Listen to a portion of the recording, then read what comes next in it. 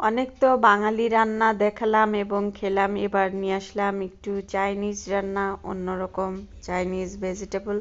তো আশা করছি সবাই ফুল ভিডিওটাই দেখবেন। আসসালামু আলাইকুম, কেমন আছেন সবাই? আমরা আলহামদুলিল্লাহ।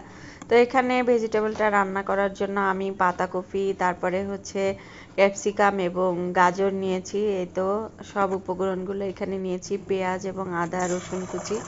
তো এখানে প্রথমে আমি কড়াইতে তেল দিয়ে দিলাম এবং দিয়ে দিলাম একটা ডিম। ডিমটা আমি একদম কুচি কুচি করে ভেঙে নিব।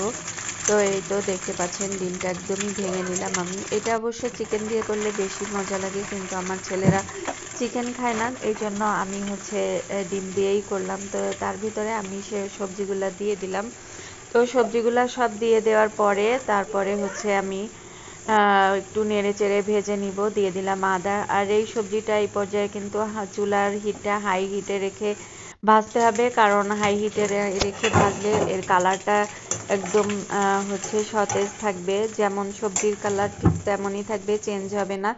তো আমার সবজি ভেজে নেওয়াটা হয়ে গিয়েছে। এই পর্যায়ে আমি কড়াইতে দিয়ে দিলাম ঘি এবং সয়াবিন তেল। সবজিটা কিন্তু আমি উঠিয়ে রেখেছি। তারপরে এর মধ্যে আমি দিয়ে দিব সেই রসুন এবং আদা কুচি। রসুন এবং আদা কুচিটা আমি সুন্দর করে ভেজে নিব, একটু নেড়েচেড়ে ভালো করে ভেজে নিচ্ছি। তো এইটা ভেজে নেওয়ার কারণ হচ্ছে এর ফ্লেভারটা খুব সুন্দরভাবে মানে বের হবে, আদা এবং রসুনের কুচিটা। তারপরে এর ভিতরে আমি দিয়ে দিলাম পানি। আর এখানে আমি পানি দেওয়ার একটা কারণ আছে, এইটাতেও সবজির কালারটা চেঞ্জ হবে না। তো সবজির কালারটা যেমন ঠিক তেমনই থাকবে। তো এই পর্যায়ে আমি হচ্ছে সবজিগুলা দিয়ে দিব, ভেজে রাখা সবজিগুলাই তো দিয়ে দিলাম।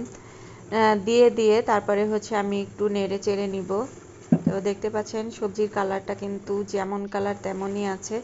তারপরে দিয়ে দিলাম কিউব করে কেটে রাখা পেঁয়াজ। পেঁয়াজটা দিয়েও আমি সুন্দর করে একটু নেড়ে চেড়ে দিব। আর এই সবজিটা পোলাওর সাথে খুবই মজা লাগে খেতে, বাসায় একবার ট্রাই করে দেখতে পারেন। তো এভাবে আমি রান্নাটা শেষ করব, তার আগে আমি এখানে দিয়ে দিব গোলমরিচের গুঁড়া, তারপরে আমি দিব সয়া সস। আমি আমার পরিমাণ মতোই দিয়েছি, যে যার মতো পরিমাণ মতোই দিবেন। তো এখানে আমি টমেটো সস দিয়ে দিলাম, দিয়ে ভালো করে একটু নেড়ে চেড়ে নিব। তো আমি যে পানিটা দিয়েছি এইটাতেই রান্নাটা হয়ে যাবে। আমি এই পর্যায়ে দিয়ে দিলাম কাঁচামরিচ, তারপরে একটু চিনি, আর দিয়ে দিব হচ্ছে একটু তারপরে দিয়ে দিব কর্নফ্লাওয়ার। দিয়ে ভালো করে নেড়ে চেড়ে আমি নামিয়ে নিব। দেখতেই পাচ্ছেন সবজিটা কিন্তু অসাধারণ মজা হয়েছে, দেখতেও যেমন খেতেও আলহামদুলিল্লাহ অনেক মজা হয়েছিল।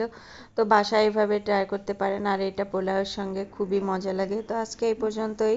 সবাই ভালো থাকবেন, সুস্থ থাকবেন, আমাদের জন্য দোয়া করবেন। আল্লাহ হাফেজ।